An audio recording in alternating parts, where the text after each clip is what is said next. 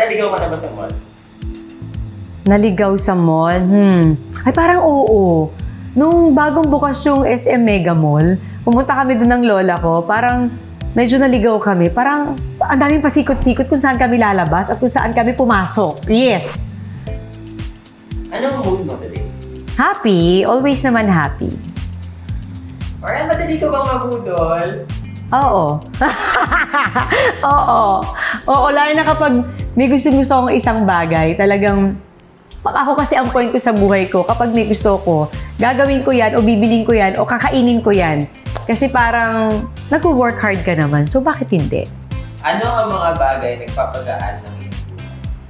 Nagpapagaan ng aking buhay. Siguro, maganda na every morning talaga nakakondisyon yung utak ko at every morning talaga, lahat talaga ino-offer ko sa taas na i-guide niya ako sa lahat ng gagawin ko, pinagdadasal ko yung mga mahal ko sa buhay, everyday yan. Kasi kapag lahat sila maayos, magaan yung buhay ko at wala akong iisiping problema sa kanila. At saka siguro, nagiging magaan kapag in love ka. Pag nakikita mo yung mga anak mo na sobrang nakikare at sobrang love na love ka. Tapos yung mga kaibigan mo na kahit hindi mo nakikita, alam mong nandyan para sa'yo at minamahal ka nila. May mga hindi ka pa ba na-share sa social media na pwede mong ipakita sa tadhana para gusto? Parang hindi eh. Hindi ako madamot sa mga taong nagmamahal sa akin. As much as possible kapag may ginagawa ko, sinishare ko yan talaga sa kanila. Kasi ito lang yung maliit na bahagi ng buhay ko na alam kong gusto nilang malaman at hindi ko ipagkakait yun sa mga taong nagmamahal at sumusuporta sa akin.